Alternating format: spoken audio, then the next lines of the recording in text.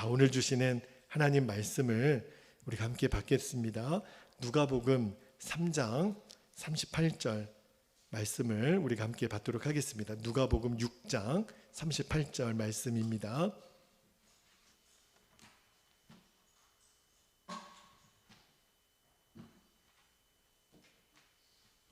자, 누가복음 6장 38절 말씀 우리가 함께 읽도록 하겠습니다. 시작.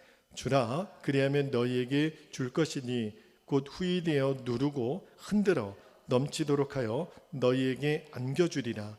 너희가 헤아리는 그 헤아림으로 너희도 헤아림을 도로 받을 것이니라. 아멘. 하나님 말씀입니다.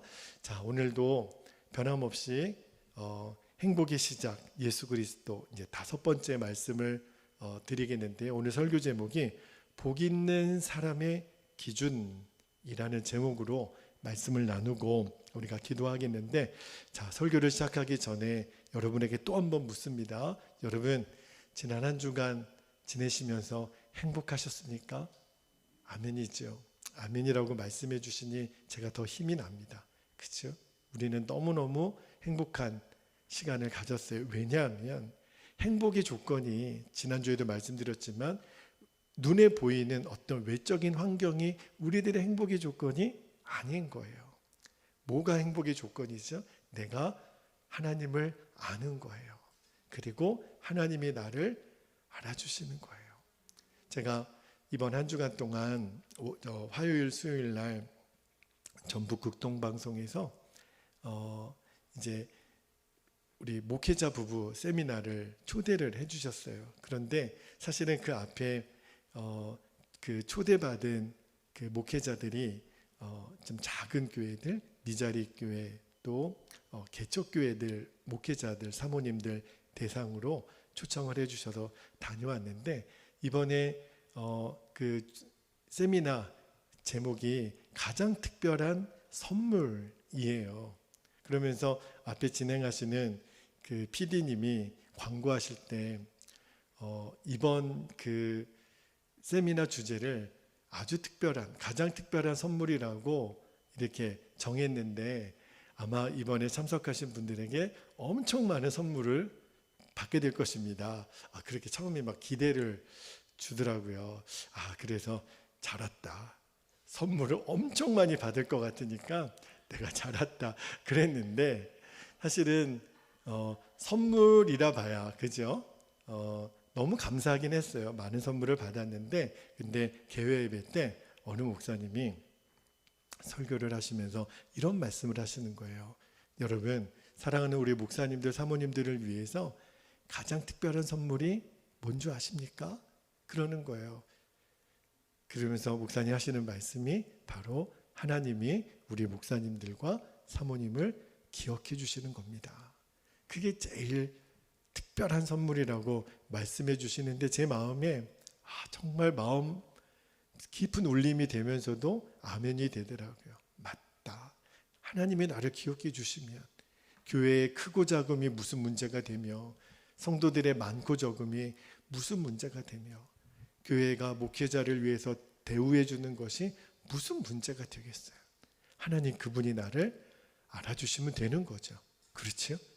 그러니까 행복의 이유는요, 내가 하나님을 얼마나 아느냐, 그리고 하나님이 나를 얼마나 아느냐. 또 하나, 내가 하나님을 만나는 거예요. 내가 하나님을 만나야 주님과 동행할 수 있잖아요. 하나님을 만나고 동행하는 것이 모든 행복의 조건과 이유가 돼요. 지난 한 주간 동안 여러분들이 살면서 매일매일 매시간 나는 주님을 만나고 주님과 동행했다면 여러분은 이 세상에서 가장 행복한 사람이에요.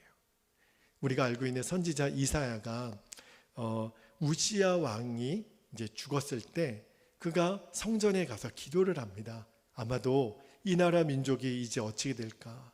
나라는 멸망으로 치닫고 있는데 이사야 마음에 성전에 나가서 기도해야겠다고 성전에 나가서 기도하는데 그가 하나님을 만나요. 그리고 기절초풍할 일을 경험합니다. 저는 하나님의 영광이 너무너무 위대해서 그가 기절하는 줄 알았는데, 그거보다 내 입술의 부정함이 얼마나 악한지, 그거를 깨닫고 떼굴떼굴 구르는 장면이 이사야 6장 5절의 말씀에 보면 이사야가 이렇게 고백합니다. 이사야 6장 5절에 그때 내가 말하되 화로다 나여 망하게 되었도다. 나는 입술이 부정한 사람이요 나는 입술이 부정한 백성 중에 거주하면서 만군의 여호와이신 왕을 배웠음이로다 하였노라. 하나님을 만난 거예요. 하나님을 만나고 나니까 그동안 내가 말로 범하고 지은 죄가 얼마나 많았는지, 결국은 우리가 주님 앞에 받게 되는 심판이 말의 심판이거든요. 근데 이사야가 그러고 나니까 너무너무 두려운 거예요. 그래서 이어지는 이사야 6장 6절과 7절에 보면 하나님이 이사야에게 어떤 응답을 해주시냐면 이사야 6장 6절에 그때에 그 스랍 중에 하나가 부젓가락으로 제단에서 집은 바 핀 숯을 손에 가지고 내게로 날아와서 7절 보세요. 그 제단 숯불을 그것을 내 입술에 대며 이르되 보라 이것이 내 입에 닿았으니 너의 악이 제하여졌고 너의 죄가 사하여 졌느니라 하더라. 스랍 중에 하나가, 하나님의 천사 중에 하나가 제단 숯을 집어다가 막 이제는 죽을 것 같은 두려움에 빠진 이사야의 입술에 대는 거예요. 이제까지 부정했던 그 입술에 그 숯을 대니까 하나님이 그의 입술이 이제 정결함을 입었다고 선언해 주세요. 그리고 이사야가 하나님의 선지자로 부름을 받는 거예요. 예레미야처럼 이제 유다 말기에 하나님의 귀한 사명을 감당한 선지자로 이사야가 쓰임 받게 되잖아요. 그러니까 우리가 이제부터 행복하다, 불행하다의 기준이 내가 원하는 것을 갖고 내가 원하는 대로 되면 행복한 게 아니고, 행복과 불행의 기준은 내가 얼마나 주님을 만나고 주님과 친밀히 교제하고 주님과 동행하는가, 그것이 충만하면 나는 행복한 사람이고 그것이 충만하지 못하면 나는 행복하지 못한 사람. 이제는 그게 기준이 되어야 돼요. 여러분 혹시 닉 부이치치라고 하는 사람을 혹시 알고 있나요? 그분이 나중에 이제 목회자가 되셨어요. 목회자이면서도 그 동기부여 연설가로 굉장히 유명하신 분이 그 닉 부이치치인데, 그분이 태어날 때 굉장히 어렵게 태어나셨습니다. 그 보니까 유전 질환 중에 해표지증이라고 하는 그러니까 소위 말하면 기형으로 태어나는 그러한 질병 중에 하나인데, 그분의 그 형상을 보면 일단은 사지가 더 없으세요. 그냥 왼쪽 발에 발가락 2개만 겨우 붙어 있는. 여러분 팔이 하나 없어도 다리가 하나 없어도 엄청 힘들고 불편한데 양팔 양다리가 다 없으세요. 그리고 한쪽 발 끝에만 발가락이 2개만 붙어 있는, 그렇게 태어나신 거예요. 그러니까 아이가 태어났을 때 그 아이를 쳐다보는 부모님도 얼마나 힘들었겠어요. 그리고 이제 자기 자신이 그런 몰골로 태어났다라는 것을 인지하게 되는 순간 이 닉 부이치치도 얼마나 힘들었겠어요. 그래서 그가 8살 때, 8살이면 초등학교 1학년 때예요. 처음으로 자살 시도를 합니다. 그 어린 나이에 너무 고통스러운 거예요. 너무 힘이 드니까. 그리고 15살 되기 전에 그가 3번이나 자살 시도를 하는데, 그때 뭐라고 썼냐면 아이들로부터 괴물이나 외계인 같다는 놀림을 받고 땅을 치며 슬퍼했고 끝없이 우울했다. 늘 마음이 아팠고 항상 부정적인 생각에 짓눌렸다. 어디를 봐도 나는 출구를 찾을 수 없었다. 그렇게 고백했어요. 얼마나 힘들었겠어요. 그런데 그가 15살, 주변에 있는 많은 사람들이 그를 기도해 줘서 그 자살의 위험으로부터 하나님이 지키시죠. 그리고 15살 되었을 때 하나님의 말씀을 읽다가, 성경을 읽다가 그가 삶의 이유와 희망을 찾습니다. 그가 뭐라고 고백을 했냐면 이렇게 고백을 하더라고요. 태어날 때부터 눈이 보이지 않는 사람에게 그를 통해서 하나님의 일이 나타날 수 있도록 하기 위해 그렇게 하신 것이라고 하는 성경 말씀을 읽고 저는 충격을 받았습니다. 창조주 하나님이 나를 향해 계획을 갖고 있다고 믿어지면서 마음의 평화가 찾아왔습니다. 그리고 나서 닉 부이치치는요, 더 이상 자신의 처지를 비관하지 않았다는 거예요. 그리고 자신의 삶을 예수님께 맡기고 하나님의 계획을 따라 인도해 달라고 그의 인생이 새롭게 펼쳐집니다. 그리고 정말 이제까지는 한 번도 사용하지 않는 방법으로 하나님이 이제 닉 부이치치를 사용하시는데, 그가 이제 희망을 전하는 전도자가 되었어요. 이 땅에 자살을 생각하고 삶의 희망을 다 잃어버린 사람이 그 닉 부이치치 앞에서는 할 말이 없어요. 팔다리 다 없는 그 사람이 앞에 나와서 용기를 가지라고, 하나님이 얼마나 그를 놀랍게 쓰시는지 겨우 발가락 2개 가지고, 제가 그 영상을 봤는데 그 발가락 2개로 드럼을 쳐요. 상상이 안 돼요. 드럼은 내 팔다리가 다 움직여 치는 게 드럼인데 발가락 2개로 드럼을 쳐요. 수영도 해요. 서핑을 해요. 스쿠버 다이빙을 해요. 음악을 작곡해요. 노래를 불러요. 뮤직비디오를 찍는 가수가 되고요. 그리고 영화에 출연한 배우가 되기도 하고, 그리고 목회자가 됩니다. 그의 인생이 이렇게 하나님 앞에 쓰임 받을 줄을 누가 생각했어요? 그래서 어느 기자가 닉 부이치치에게 이렇게 물었다 그래요. 당신은 더 좋은 환경에서 자랐다면 더 좋지 않았을까요? 그때 닉 부이치치가 너무 유명한 말을 합니다. 속사람이 병들었는데 겉만 건강하면 뭐가 좋을까요? 와. 그러면서 이어서 뭐라고 고백하냐면, 여러분이 저에 대해서 모르는 게 있는데 제가 사실은 엄청난 부자입니다. 사람들이 닉 부이치치가 재산이 많은가? 그렇게 또 물어보니까 그가 이렇게 얘기를 해요. 저는 돈이 많아서가 아니라 제 내면에 있는 사랑과 기쁨과 평화가 넘치기 때문에 저는 이 세상에서 제일 큰 부자입니다. 그러면서 닉 부이치치가 그 앞에 수많은 건강한 사람들을 향해서 이렇게 얘기를 하는 거예요. 여러분에게 없는 것을 생각하지 말고 여러분에게 있는 것을 감사해 보십시오. 사람들이 다 눈물을 흘리는 것을 봤어요. 여러분, 이사야 선지자가 그랬던 것처럼, 닉 부이치치가 그랬던 것처럼 내 마음에 임하신 예수님을 인격적으로 알고 나면 행복의 기준이 달라진다니까요. 삶의 이유와 목적이 달라지는 거예요.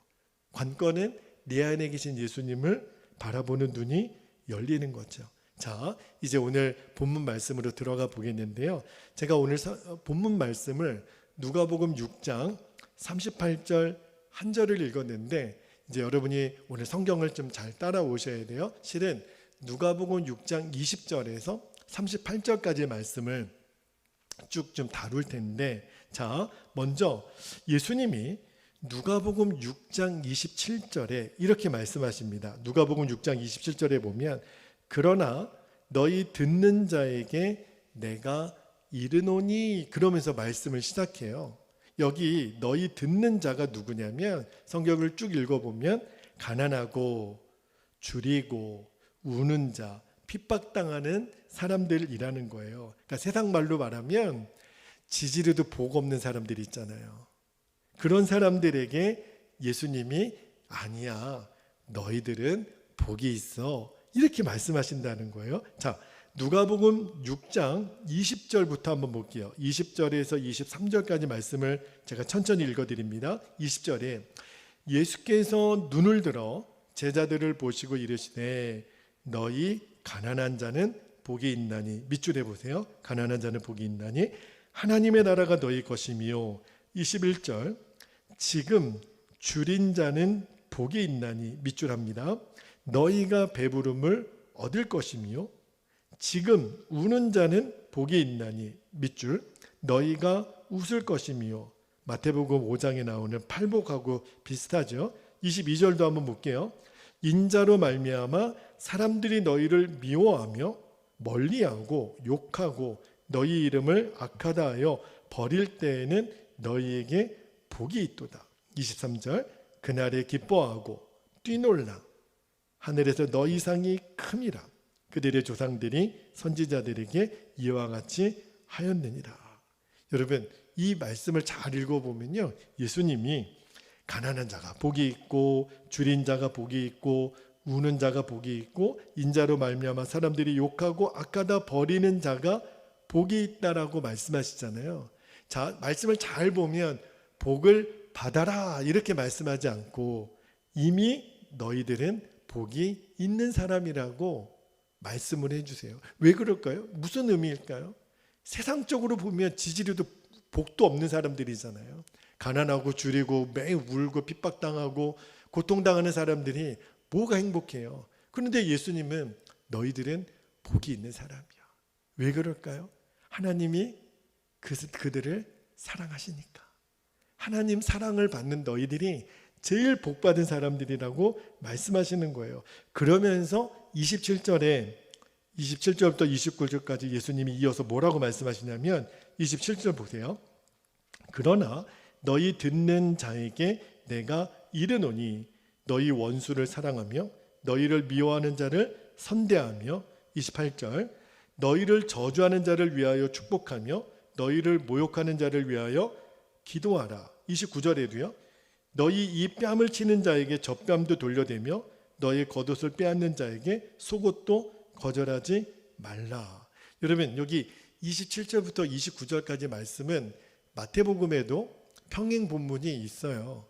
여러분 누가 나를 못되게 해요. 나를 저주하는 사람이 있으면 축복하라 그러고 모욕하는 자를 위하여 기도하라 그러고 뺨을 치는 자에게 이쪽 뺨도 내어드리고 겉옷 달라면 속옷도 주고 이렇게 하는 일이 쉬운 일이에요? 어려운 일이에요? 사실은 엄청 어려운 일이죠.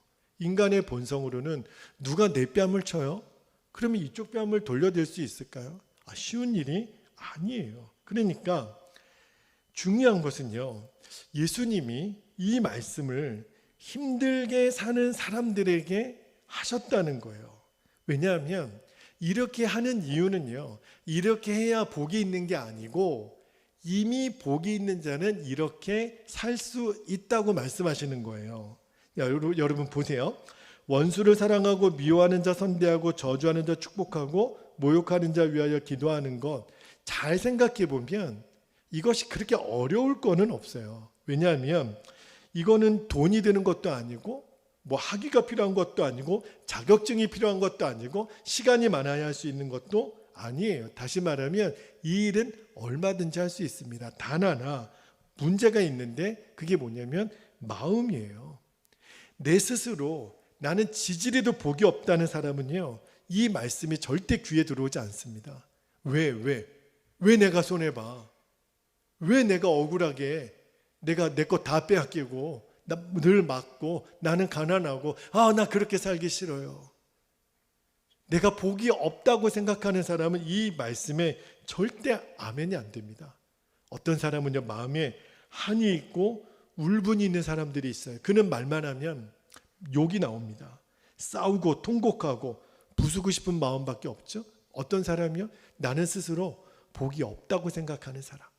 그 사람들 마음에는 얼마나 악이 가능한지. 그런데 여러분, 나는 엄청난 복을 받았다.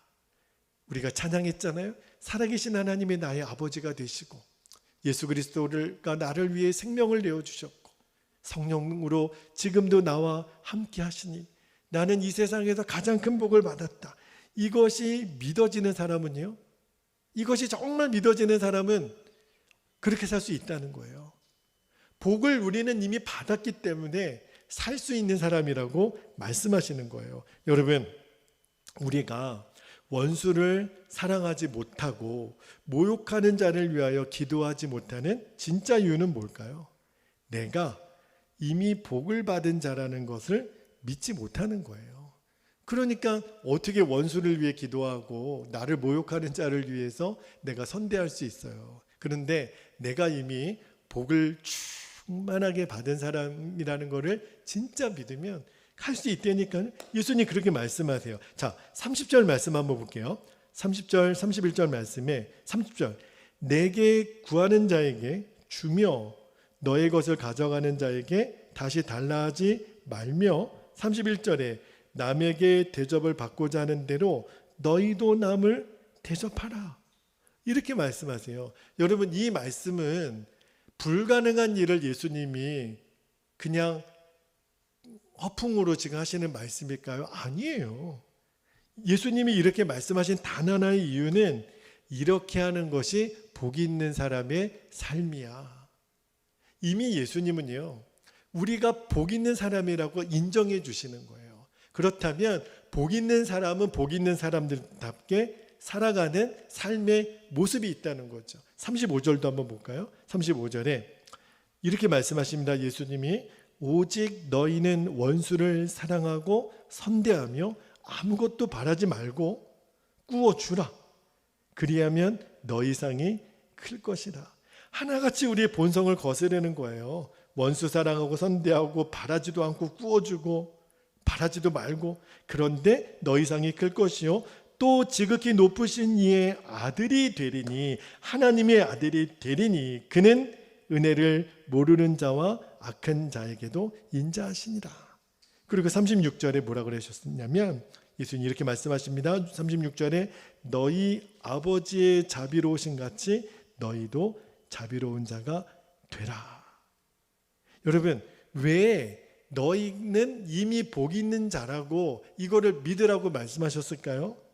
이게 하나님이 우리에게 복을 주시는 방법이라는 거예요. 하나님은, 우리는 복이라 그러면 갑자기 돈, 건강, 합격, 좋은 점수 이런 걸 생각하는데, 하나님은 우리에게 복 주시는 방법이 너가 먼저 복이 있는 자가 되었음을 믿으라는 거예요. 무엇을 가져다 줘서 복 있는 사람이 아니라 먼저 복 있는 사람이라고 믿으면 복 있는 사람답게 삶이 나온다는 거예요. 그러면서 오늘 우리가 읽었잖아요. 누가복음 6장 38절에 어떻게 시작해요? 주라, 주라. 한번 저를 따라합니다. 주라. 영어 성경에는 give 돼 있어요. 주라. 이 말은 이제부터 너희들이 복 있는 사람이라고 믿었다면 복 있는 사람의 삶의 모습에 가장 전형적인 삶의 모습은 주는 삶이라는 거예요. 주라. 이렇게 사는 사람이 복 있는 사람이라는 거예요. 그러니까 용서도 주고 사랑도 주고 시간도 주고 물질도 주고, 우리가 이제부터 어떤 사람이 복 있는 사람인가를 잘 유심히 보면 늘 주는 사람, 사랑도 주고 용서도 주고 시간도 주고 재정도 주고, 그 사람은 이미 복 있는 사람이에요. 그러면 어떻게 되느냐면, 자 38절 다시 한번 읽어드릴게요. 38절에 보면 주라 밑줄 하시고 그리하면 너희에게 줄 것이니 곧 후이되어 누르고 흔들어 넘치도록 하여 너희에게 안겨주리라. 복이 이루어지는 거예요. 그러니까 누가복음 6장 20절부터 38절까지 제가 간단하게 이제 훑어드렸는데, 한 문장으로 연결해 보면 이렇게 돼요. 제가 PPT도 적어놨는데, 그러니까 너희는 복이 있나니, 이미 복이 있는 사람이 되었다라는 거예요. 그래서 주라. 그래야면 하나님께서 너희에게 안겨주리라. 이제 여러분, 우리가 진짜 행복한 사람의 눈을 뜨셔야 돼요. 이 복에 대한 성경적 원리를요 잊어버리시면 안 돼요. 그런데 우리는, 모든 성도들은 다 이 복을 받았거든요. 너무 귀한 복을 받았는데 복 없는 사람처럼 사는 성도들이 너무 많아요. 복 있어도요, 복 없는 것처럼 살면 진짜 우리들의 삶에는 아무런 복이 없는 삶을 살게 되는 거예요. 복이 없어가지고 복되게 살지 못하는 것이 아니에요. 실은 믿음이 없어서 그런 거예요. 내가 복 있는 사람이라고 하는 것을 먼저 믿지 않으니까. 여러분, 우리는 예수님이 함께 하심을 믿는다면 이제는 우리가 어떻게 반응해야 옳냐면, 받는 것이 복이 아니라 주는 것이 복이라는 것을 이제 진심으로 믿는 거예요. 그게 예수님이 함께 하시는 것을 믿는 사람의 특징이에요. 하나님이 아브라함을 부르셔서 너는 복의 근원이 될지라. 그 말이 무슨 말이에요? 아브라함아, 너는 많은 사람들을 주는 자가 될 거야. 살리는 자가 될 거야. 돕는 자가 될 거야. 하나님은 아브라함에게 늘 빌어먹고 누가 도와주고 그렇게 복 있는 사람이라고 말씀하지 않았어요. 그리고 아브라함을 통해서 예수 그리스도가 이제 이 땅에 오시잖아요. 여러분, 예수 믿는 사람에게는요, 혼자 잘 먹고 잘 사는 법은 없습니다. 나 혼자서만 잘 먹고 잘 사는 그리스도인은요, 예수님을 진짜 믿는 사람이 아니에요. 예수님을 진짜로 믿었다면 나 혼자 잘 먹고 잘 사는 법이 아니라 다른 사람에게 나누어 줄 수 있는 사람, 그 사람이 복이 있는 사람이라는 거예요. 그런데 자, 복을 이미 받았는데도, 복이 있는 사람이라고 인정해 주는데도 복 없이 사는 사람들의 모습을 예수님이 24절부터 이렇게 말씀하세요. 그러니까 세상 사람들의 기준으로 보면 복이 있는데 예수님의 눈으로 봤을 때는 진짜 복 없는 사람처럼 사는 사람들. 24절에 그러나 화 있을진저 너희 부유한 자여 너희는 너희의 위로를 이미 받았도다. 25절에 화 있을진저 너희 지금 배부른 자요. 부유한 자, 그 다음에 배부른 자 나오죠.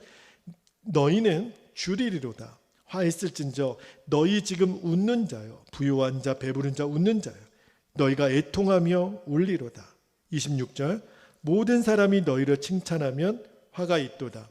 그들의 조상들이 거짓 선지자들에게 이와 같이 하였느니라. 여러분, 예수님이 뭘 말씀하시는 거예요?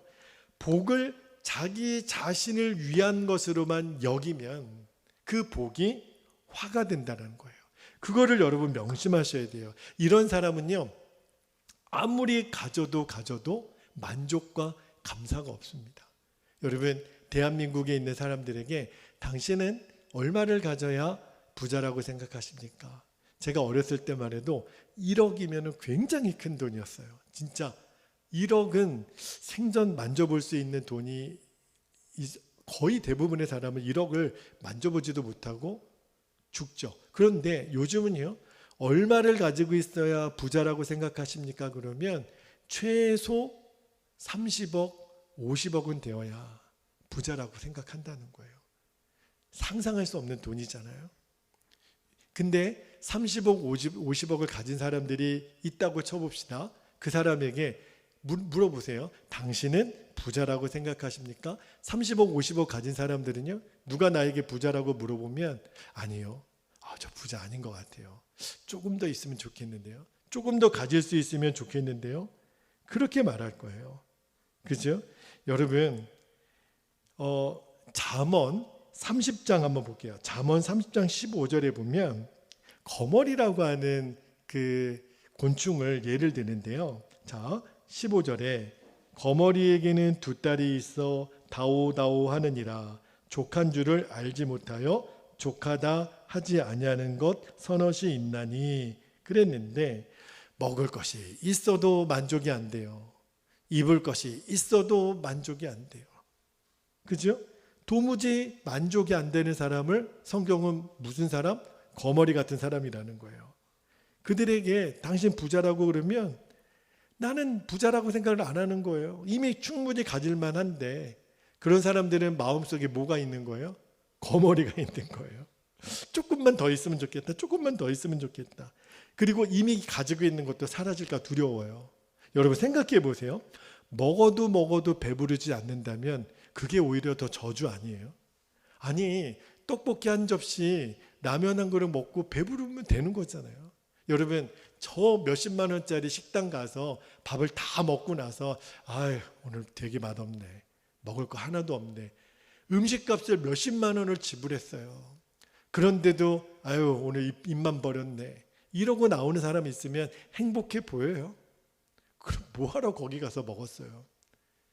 시장통에 가서 라면 한 그릇을 먹어도 오늘은 너무 맛있는데, 야, 이 집은 너무 3,000원짜리 라면인데도 너무 맛있는데, 그 사람이 행복한 거 아니에요? 근데 거짓 부자들은 가져도 만족이 없는 거예요. 여러분, 성경은 분명히 얘기합니다. 우리가 복 있는 사람의 기준은요, 얼마나 많은 것을 소유한 데 있지 않다는 거예요. 진짜 부자는 내가 가진 것을 얼마나 다른 사람에게 줄 수 있느냐. 그것이 진짜 부자의 기준이라는 거예요. 잠언 11장 25절 말씀을 한번 볼게요. 잠언 11장 25절에 이렇게 말씀하십니다. 구제를 좋아하는 자, 구제가 뭐예요? 남에게 베푸는 거죠. 구제를 좋아하는 자는 풍족하여질 것이요, 남을 윤택하게 하는 자는 자기도 윤택하여 지리라.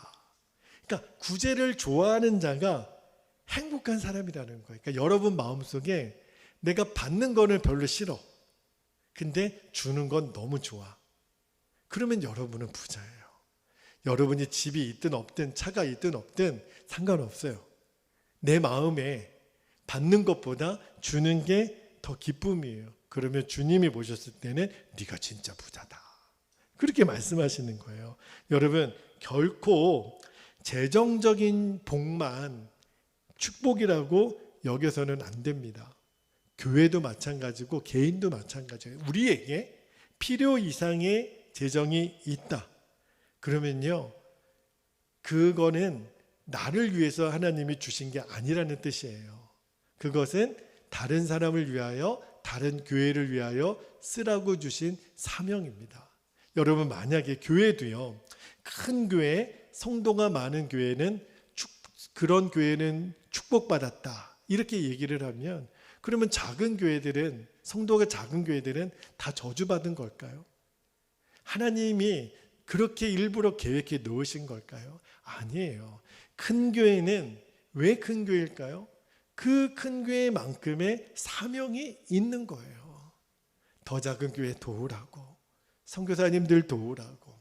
작은 교회는 아직 교회의 생존 문제가 걸려 있어서 다른 교회를 돕기가 좀 어렵고 선교사님들을 돕기가 좀 어렵죠. 그러나 작은 교회라고 하지 말라는 법도 또 없어요. 그러나 큰 교회만이 복받았다라고 말하는 것은 굉장히 하나님 보셨을 때는 말도 안 되는 거예요. 하나님 보셨을 때는 부자인 큰아들도 귀한 아들이고 가난한 작은 아들도 귀한 아들이에요. 하나님은 큰 교회도 귀하시고 작은 교회도 귀하신 거예요. 다만 사명의 크기만 다른 거죠. 그죠? 여러분, 이런 마음으로, 그렇게 인색한 마음을 가지고 있으면 절대 우리는 복의 근원이 될 수가 없어요. 우리가 필요 이상으로 넘치는 재정은 흘러보내라고 주시는 재정이에요. 그런데 이것은요, 내가 작은 것을 가지고 있을 때부터 실험해 봐야 돼요. 내가 좀 넉넉히 갖고 있으면 그때 할게요. 아니요, 절대 못해요. 지금 작은 것이 있을 때 하나님께 드릴 줄 아는 훈련, 다른 사람을 위하여 흘려보내는 통로가 되는 훈련을 하지 못하면 큰 재정을 주면 더 못합니다. 믿음은 쓸수록 커지는 거예요. 그러면 이제 결론을 내립니다. 어떻게 하라는 걸까? 어떻게 주면서 살라는 거야? 마음이 여전히 답답하신 분들이 있을지 모르겠어요.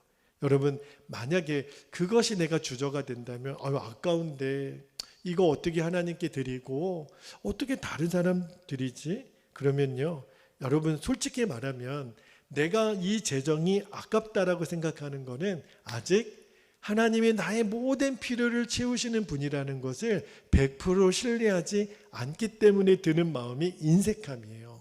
아까운 거예요. 왜 아까워요? 우리는 마음에 이렇게 생각합니다.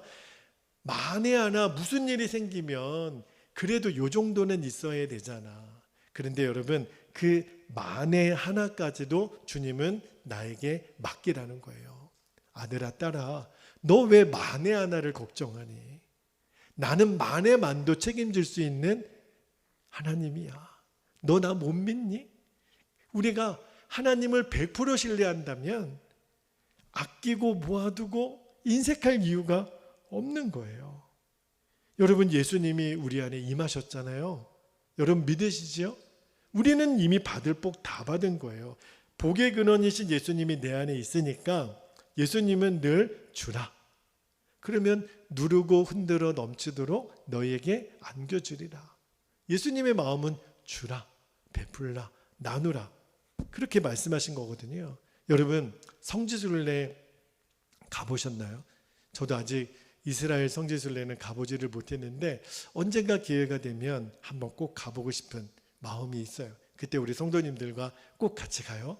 그런 은혜를 하나님이 주실 줄 믿습니다. 그런데 성지순례 가면 다녀오신 분들 얘기 들어보니까 뭐 예수님 십자가 달리신 뭐 골고다 언덕, 뭐 사해, 광야, 갈릴리 호수, 십자가의 길, 와, 그런 여기가 예수님이 있던 곳이래, 예수님이 밟으신 곳이래. 그러면 괜히 막 그 마음이, 와, 내가 예수님 밟은 땅을 밟았어. 그러면서 엄청 마음이 그렇게 들뜬다는 거예요.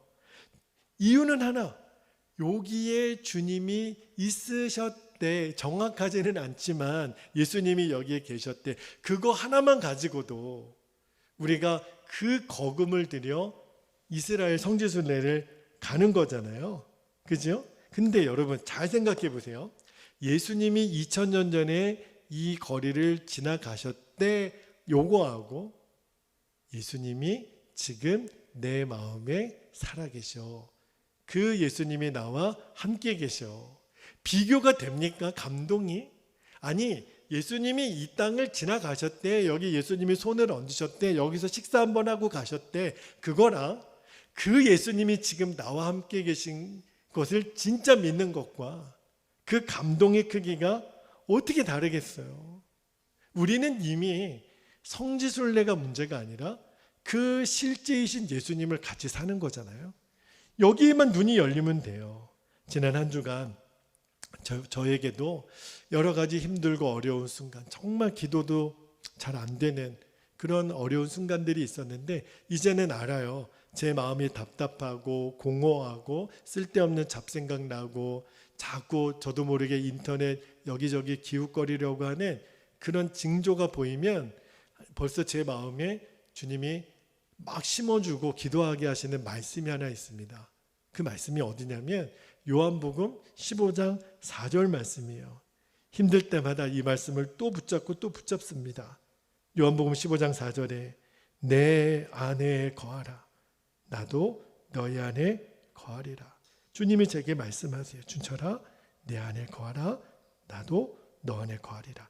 가지가 포도나무에 붙어있지 아니하면 스스로 열매를 맺을 수 없음같이 너희도 내 안에 있지 아니하면 그러하리라.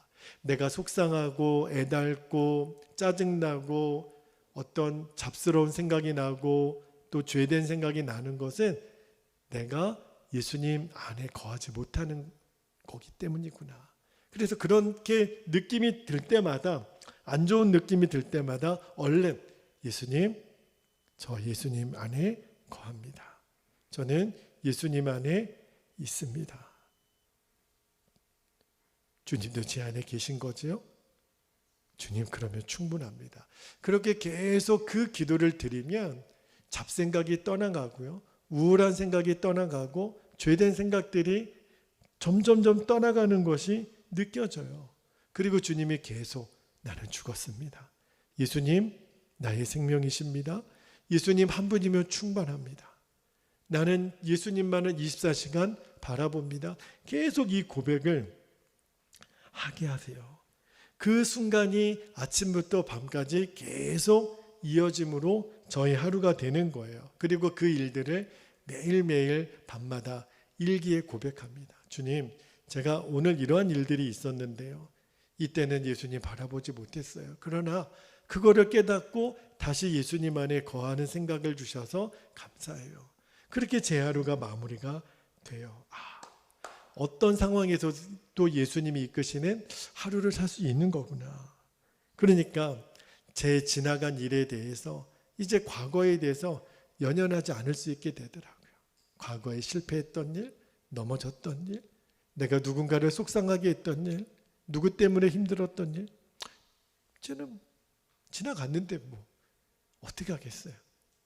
잘한 거는 잘한 것대로, 못한 건 못한 것대로 주님께 묻어두고 앞으로 닥쳐올 일 미리 걱정하지 말라는 거예요. 준철아, 너 제발 미리 걱정하지 마. 아니, 일어나지도 않은 일을 뭐하러 너는 걱정을 막 여기저기 보따리 싸 짊어지고 있니? 그러지 마.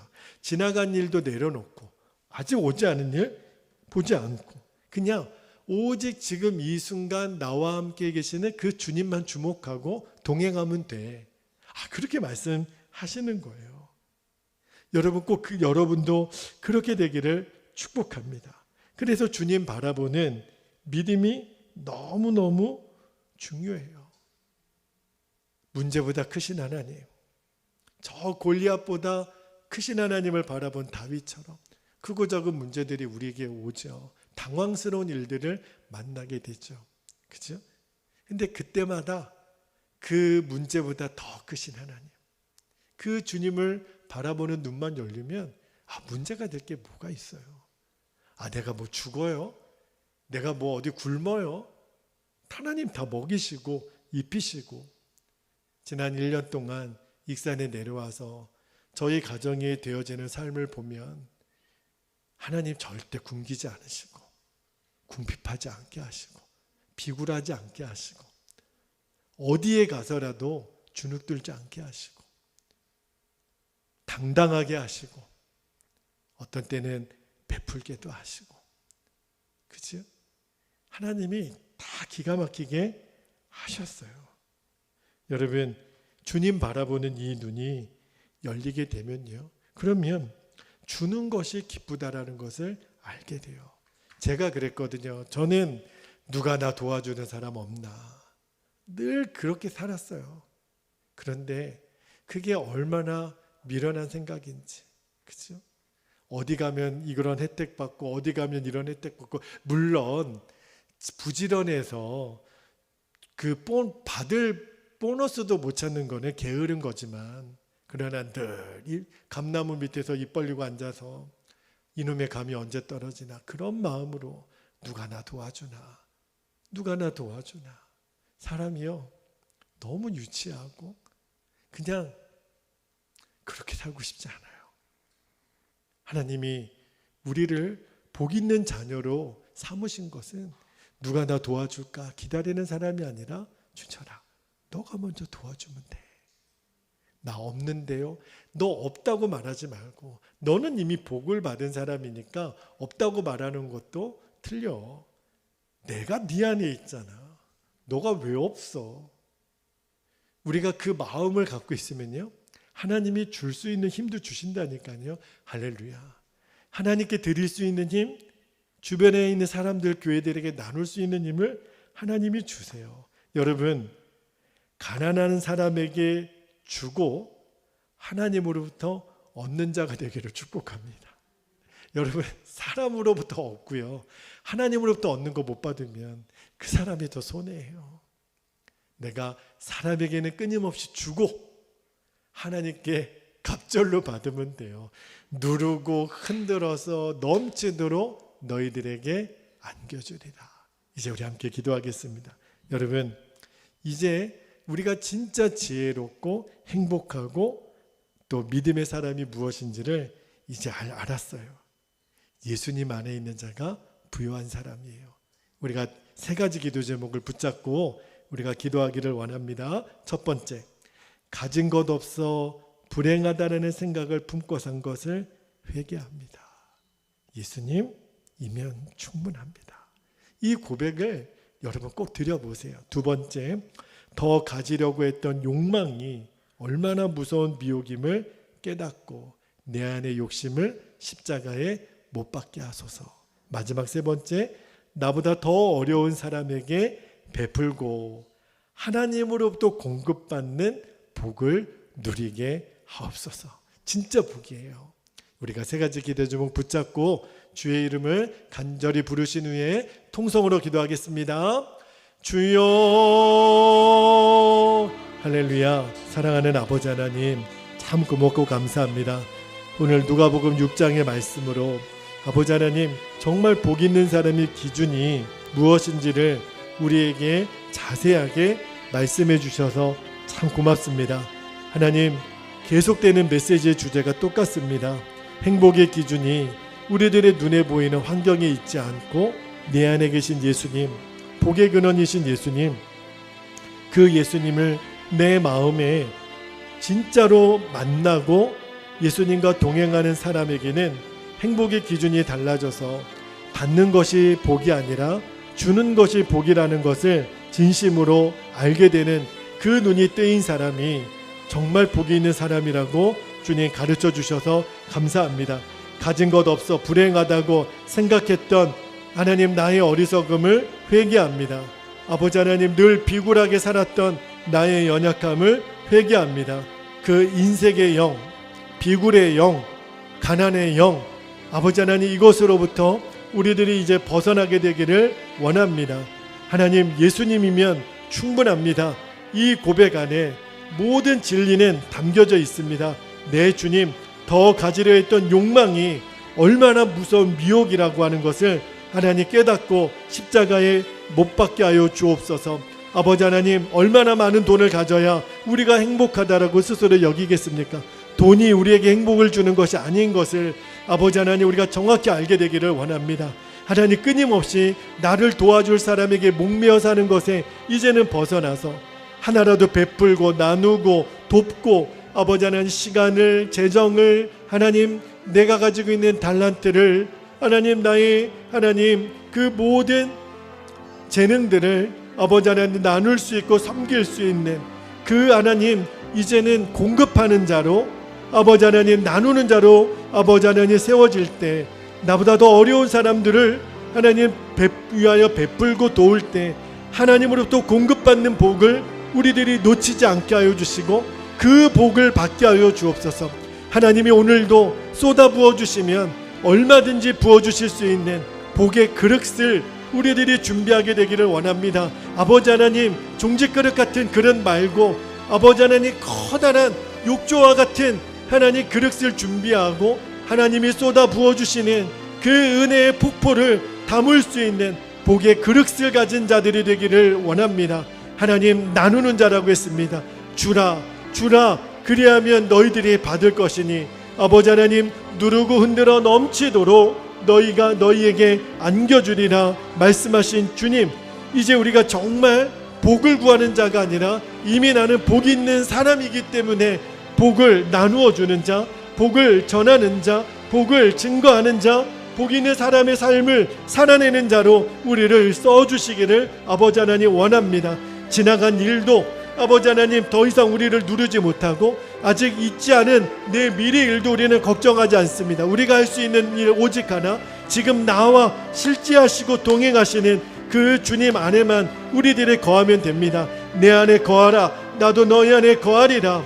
아버지 하나님, 주님은 포도나무, 나는 가지니 주님 안에만 붙어 있으면 주님은 우리를 통하여 많은 열매를 맺을 거라고 말씀하셨습니다. 주님, 그렇습니다. 주님이면 충분합니다. 주님만 바라봅니다. 주님으로 만족합니다. 아버지 하나님, 이 고백이 우리의 하루의 삶을 지금 이어가시고 아버지 하나님 이끌어 주시기를 아버지 하나님 원합니다. 주님 바라보는, 함께 하시는 그 주님을 바라보는 눈이 열리면 아무리 어려워도 하나님 더 이상 우리에게 문제가 되지 않음을 아버지 하나님 믿습니다.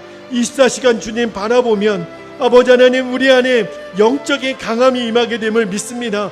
이제는 흔들리지 않고 육신의 일에도 넘어지지 않고 죄를 이겨내는 하나님의 사람들로 예수님과 동행하는 삶이 자연스러운 삶으로 우리를 이끌어 주시기를 아버지 하나님 원합니다. 주님을 바라보는 일이 계속 지속되어지게 되기를 원합니다. 또 주님을 바라봅니다.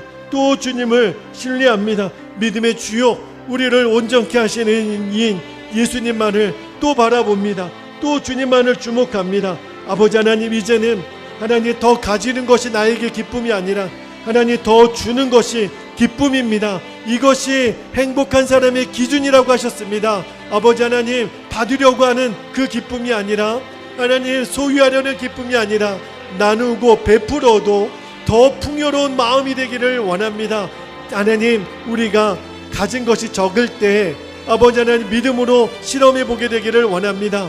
아버지 하나님, 내가 하나님 없을 때 써보는 훈련, 베푸는 훈련, 하나님께 드리는 훈련, 하나님 나누는 훈련, 아버지 하나님 이 일을 통해 우리들의 믿음의 그릇이 커지게 되게 하여 주시고 나의 복을 담을 수 있는 그 믿음의 그릇이 커져서 아버지 하나님이 쌓을 곳이 없도록 부어주시는 하나님의 복을 우리들이 누리게 하여 주옵소서. 사람에게는 끊임없이 베풀고 하나님이 주시는 복을 우리들이 하나도 놓치지 않으면 그 사람이 가장 복된 인생을 산 사람인 것을 아버지 하나님 믿습니다. 우리 베델의 가족들이 그리 되기를 원하고 아버지 하나님 이 영상으로 예배드리는 모든 하나님의 자녀들이 그리 되기를 원합니다. 그렇게 우리를 인도하실 주님을 찬양합니다. 오 아버지 감사합니다. 오 주님 사랑합니다. 오 하나님 감사합니다. 주여 감사합니다.